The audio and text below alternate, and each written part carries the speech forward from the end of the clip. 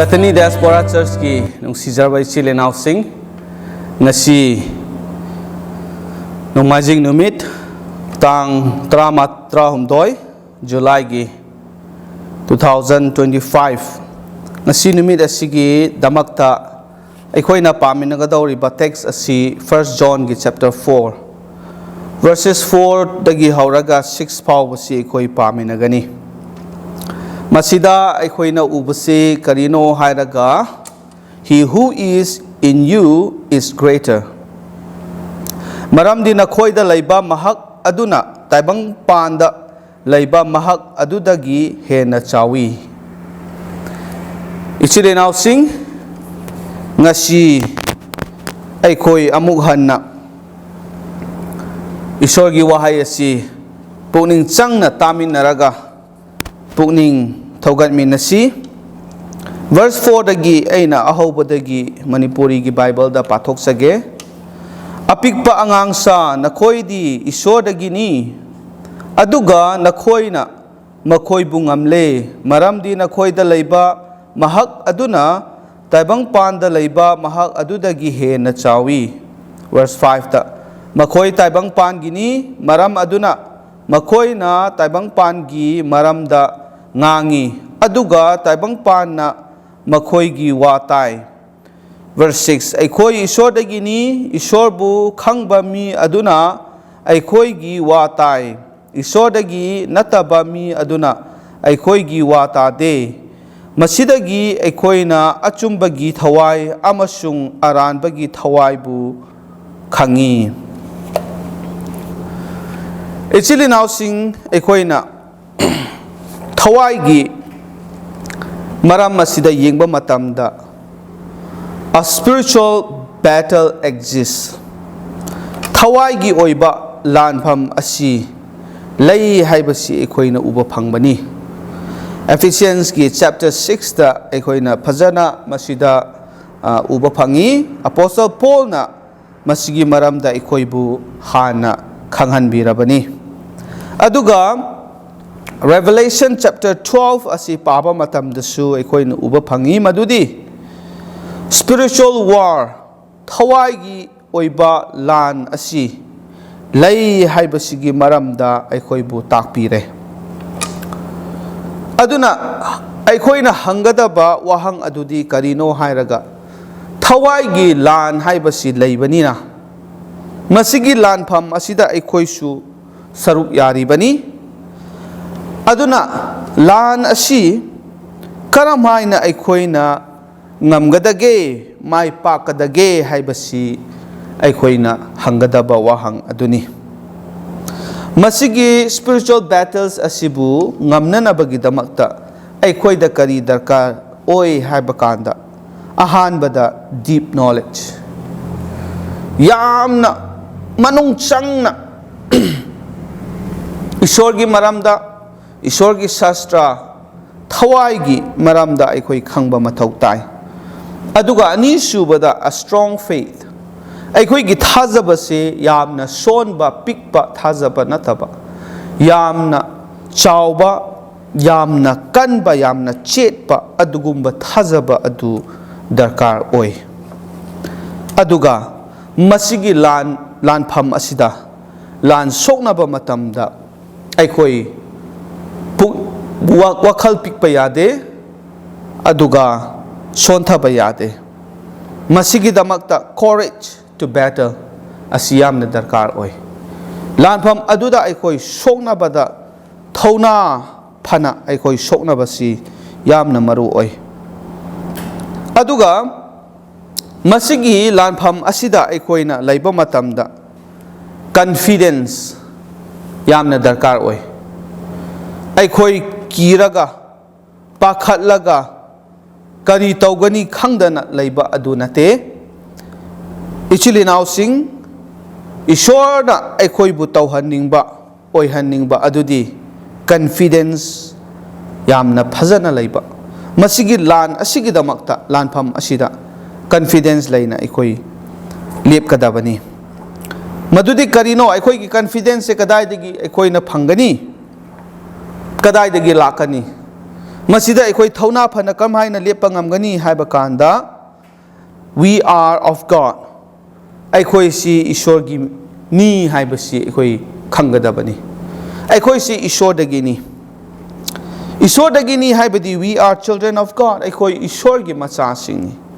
and we belong to God akhoi ishor gi ni masi akhoi kawba yade masi akhoi khangba matamda masigi wakhalon sika loina na akhoi na lanpham aduda leiba matamda confidence thauna phana akhoi leiba ngamgani masi akhoi ngamgani haibagi achet pathajaba aduda akhoi leiba ngamgani chilenau sing ani subada that we will overcome masi soidana mang akhoi na la na sing ngamgani haibase akhoi na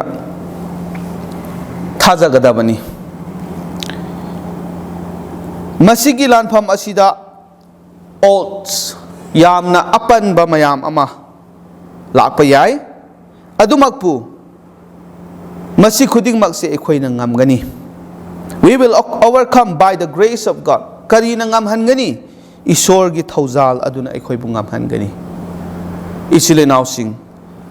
ekhoi na lan ngamgadabase atai kari na sunate ishor gi thaujal adunani ahum subada that we have the Holy Spirit in us ahum suba akhoi gi confidence asi kadai digi phangi haiba kanda thawai asengba asi akhoi gi nungda lei haiba si kaudaba masi akhoi ningsingba matamda madugi confidence adu soidana makki leigani masi akhoi gi damakta ishorna promise tawkhrabani Joel chapter 2 da akhoi na uba phangi Ezekiel chapter 37 da aduga John chapter 14 akhoi na paba kanda smaina thawai asengba pigani nakhoi ga leiminanaba nakhoi bu pangbinanaba thawai asengba du pigani haibasi promise ishor gi promise ni aduna masi akhoi khanba kanda akhoi gi damakta yamna thauna hapigani akhoi na lanpham aduda ngamgani haibagi thajabaga loinana akhoi lepa ngamgani no one is stronger thawai asengba adudagi henna kanba karisu leite loinana ichilinaw sing akhoi na makha yengba matamda prithibi pumbagi oina akhoi yengba kanda the false teachers are of the world aranba ozasing aranba takpa ozasing mayam asigi maramda ishorgi wahaina takpi khanghanbi makhoi adu taibang pangini haibani ishorgi wahaina the world will hear them taibang pangi oiba maramna taibang pangi mising na haibadi ishor bu khangdaba ishorgi mising na tabasing na makoi na haibado khangani tagani they speak the language of the world maramdi prithibi gi londa aduda makhoi na ngangba maramna prithibi gi mising aduna bhab taba ngamgani their teachings will be based on the thoughts of worldly wisdom makhoi na takpi basing adu kari the best tawgani haiba kanda taibang pangi wisdom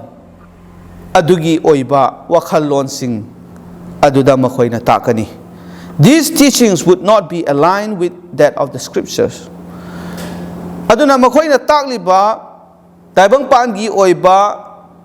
wisdom adudagi makhoi na ngangthoklakpa wahai sing adu makhoi gi takpi basing adu kaidongnung dasu ishor gi sastra aduga sukchat chatminaroi ishor gi sastra dagi sukoi oiroi haibani masi yamna phajana sengna takpi aduga true believers asengba achumba thajaba mising adudi makhoi do ishor dagini they are of God ichili now sing ekhoi thaja khraba ekhoi khuding mak asi ishor dagini those who know God aduga ishor bu khangba mising ni aduna they will hear us ishor bu khangba mising aduna hujiki hairiba ishor gi shastra asiga loina na takpi ba tambi ba sing asi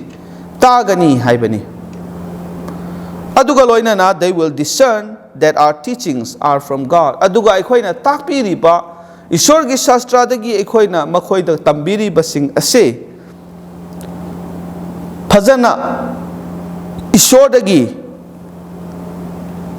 Lakpa Ishorgi Wahai Makni haibasi makoina Kangmangam gani Bahab tabangam gani Actually now sing masi yamna Maru oi Ngasi Ishorgi wahai taning daba Taibang pangi oiba Wari watai kaya saning ba Aduk kimatik yam karabani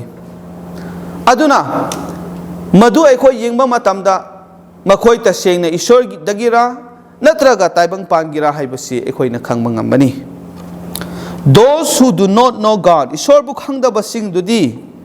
They will not hear us Aduna Ishorgi wahai pongdok pa matamda Ishorgi wahai takpiba tambiba matamda makoy na taroy haibani Masi Yamna chumkaraba wapamni The spirit of truth versus the spirit of error Achumbagi thawai amadi aran bagi thawai anigi khetnaba asisu masida aikoi takpi This war has always existed Achumbagi thawai ga aran ba thawai siga lan soknaba asi matam khibikta Adum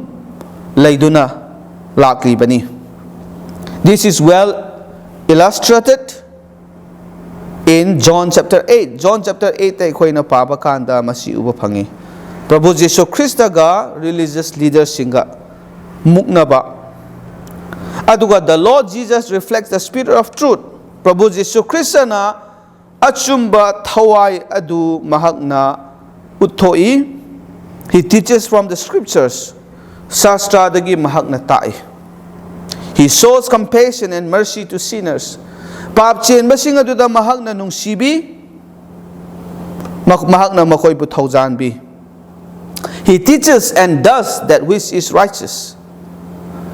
Achumba dharma chen ba adu mahak na ta'i aduga tawshu tawi. Masi akoy na Jisugi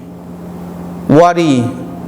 Gospels asigi manung da yeng makanda yamna mayek seng na uba pangi Aduga the Jewish religious leaders Jehudi singi makoy gi dharma gi oiba luching basing adu yengba matamda they taught from their traditions and not from the scriptures makoy gi tradition aduda makoy na tai Ishor gi shastra dagi nataba They are legalistic and judgmental. Makoy na takriba siyam na legalistic oiba, judgmental oiba mibu maran siba maran piba aduga migi maran tiba adu makoy na tawi. They do not practice righteousness but hypocrisy. Makoy na dharma chen ba achumba adu taude adu magpu yam na aphaba sajanaba adugumba punsida lai adugumba wangang da makoy ngangi. Aduna actually now sing ngasi masigi wahai asi taba matamda aikoi gi thamoy da kari phawi. Aikoi gi thogat ningai oiba wafam adudi karino to grow stronger in our faith. Aikoi gi thajaba da henna kan bangam na ba chet bangam na ba aikoi wakhan tauba hotna ba mathau tai to be more discerning. Henna achum aran phajana khangba ngamba Ishor gi wahai adu aikoina taba matamda masi Ishor gi wahai ni haibagi khangba ngamba masina taibang pan gi adugumba wisdom oiba tradition gi oiba wahai sini haiba khangba ngamba adu damna darkar oi masigi damak ta aikoina kanna hotnaba aikoi gi ithawni ahum subada to be courageous in spiritual warfare thawai gi lanpham asida aikoi thona phagadabani sontha bujade aikoi pukchen pik payade aroi bada to put on the whole armor of God masigi lanpham asida aikoi mai pakna nabagi damakta ꯑꯩꯈꯣꯏꯕꯨ ꯇꯥꯛꯄꯤꯈ꯭ꯔꯕ Ephesians chapter 6ꯗ ꯑꯩꯈꯣꯏꯅ ꯌꯦꯡꯕ ꯀꯥꯟꯗ whole armor of God ꯂꯥꯟ ꯐꯤ ꯁꯦꯠꯂꯒ ꯃꯄꯨꯡ ꯐꯥꯅ ꯃꯗꯨ ꯁꯦꯠꯂꯒ ꯃꯁꯤꯒꯤ ꯊꯋꯥꯏꯒꯤ ꯂꯥꯟꯐꯝ ꯑꯁꯤꯗ ꯑꯩꯈꯣꯏ ꯂꯦꯞꯄ ꯑꯩꯈꯣꯏ ꯆꯪꯕ ꯍꯥꯏꯕꯁꯤ ꯌꯥꯝꯅ ꯗꯔꯀꯥꯔ ꯑꯣꯏ ꯑꯩꯈꯣꯏ ꯈꯨꯗꯤꯡꯃꯛ ꯏꯁꯣꯔꯅ ꯄꯨꯛꯅꯤꯡ ꯊꯧꯒꯠꯄꯤꯗꯨꯅ ꯍꯥꯏꯔꯤꯕ ꯈꯨꯗꯤꯡꯃꯛ ꯑꯁꯤ ꯑꯩꯈꯣꯏ ꯑꯣꯏꯕ ꯉꯝꯅꯅꯕ ꯐꯪꯕ ꯉꯝꯅꯅꯕ ꯃꯁꯤꯒ ꯂꯣꯏꯅꯅ ꯑꯩꯈꯣꯏ ꯃꯁꯤꯒꯤ ꯊꯋꯥꯏꯒꯤ ꯂꯥꯟꯐꯝ ꯑꯁꯤꯗ ꯂꯦꯞꯄꯒ ꯃꯥꯏ ꯄꯥꯛꯄ ꯉꯝꯅꯅꯕ ꯏꯁꯣꯔꯅ ꯊꯧꯖꯥꯟꯕꯤꯕ ꯑꯣꯏꯁꯅꯨ ꯏꯁꯣꯔꯗ ꯍꯥꯏꯖꯃꯤꯟꯅꯁꯤ ꯋꯥꯡꯊꯣꯏ ꯁꯦꯡꯊꯣꯏꯔꯕ ꯁꯔꯒꯗ ꯂꯩꯕ ꯏꯄꯥ ꯏꯁꯣꯔ ꯅꯍꯥꯛꯄꯨ ꯌꯥꯝ ꯊꯥꯒꯠꯂꯤ ꯉꯁꯤ ꯅꯍꯥꯛꯀꯤ ꯋꯥꯍꯩ ꯑꯁꯤꯅ ꯑꯩꯈꯣꯏꯕꯨ ꯑꯃꯨꯛ ꯍꯟꯅ ꯄꯨꯛꯅꯤꯡ ꯊꯧꯒꯠꯄꯤꯔꯦ ꯑꯩꯈꯣꯏꯒꯤ ꯊꯋꯥꯏꯒꯤ ꯄꯨꯟꯁꯤ ꯑꯁꯤꯗꯁꯨ ꯂꯥꯟꯐꯝ ꯑꯁꯤꯗ ꯑꯩꯈꯣই ꯂꯩꯔꯤꯕꯅꯤ ꯃꯁꯤꯒꯤ ꯂꯥꯟꯐꯝ ꯑꯁꯤꯗ ꯑꯩꯈꯣই ꯄꯨꯛꯅꯤꯡ ꯁꯣꯟꯊꯗꯅ ꯌꯥꯝꯅ ꯊꯧꯅꯥ ꯂꯩꯅ ꯉꯝꯒꯅꯤ ꯍꯥꯏꯕꯒꯤ ꯊꯥꯖꯕꯒ ꯂꯣꯏꯅꯅ ꯑꯩꯈꯣই ꯂꯦꯞꯄ ꯉꯝꯅꯅꯕ ꯄꯥꯡꯒꯜ ꯅꯍꯥꯛꯅ ꯄꯤꯅꯕꯤꯌꯨ ꯂꯧꯁꯤꯡ ꯒ꯭ꯌꯥꯟ ꯅꯍꯥꯛꯅ ꯄꯤꯅꯕꯤꯌꯨ ꯅꯍꯥꯛꯀꯤ ꯋꯥꯍꯩ ꯍꯦꯟꯅ ꯈꯪꯕ ꯉꯝꯅꯅꯕ ꯅꯍꯥꯛꯅ ꯑꯩꯈꯣꯏꯕꯨ ꯄꯥꯡꯒꯜ ꯄꯤꯕꯤꯌꯨ ꯑꯆꯨꯝ ꯑꯔꯥꯟ ꯈꯪꯗꯣꯛꯄ ꯉꯝꯅꯅꯕꯒꯤ ꯄꯥꯡꯒꯜꯁꯨ ꯅꯍꯥꯛꯅ ꯄꯤꯅꯕꯤꯌꯨ ꯃꯗꯨꯒꯤ ꯂꯧꯁꯤꯡ ꯒ꯭ꯌꯥꯟ ꯅꯍꯥꯛꯅ ꯄꯤꯅꯕꯤꯌꯨ ꯑꯩꯈꯣꯏꯒꯤ ꯄꯨꯟꯁꯤꯗ ꯏꯁꯣꯔ ꯃꯁꯤ ꯑꯩꯈꯣꯏꯅ ꯅꯤꯡꯁꯤꯡꯂꯒ ꯑꯆꯨꯝꯕ ꯄꯨꯟꯁꯤ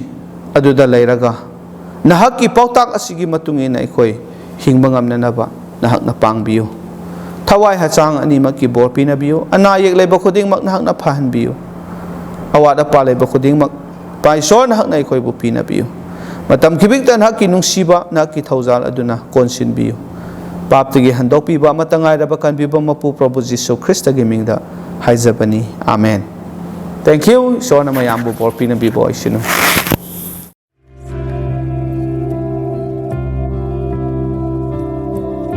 Such a voices rise.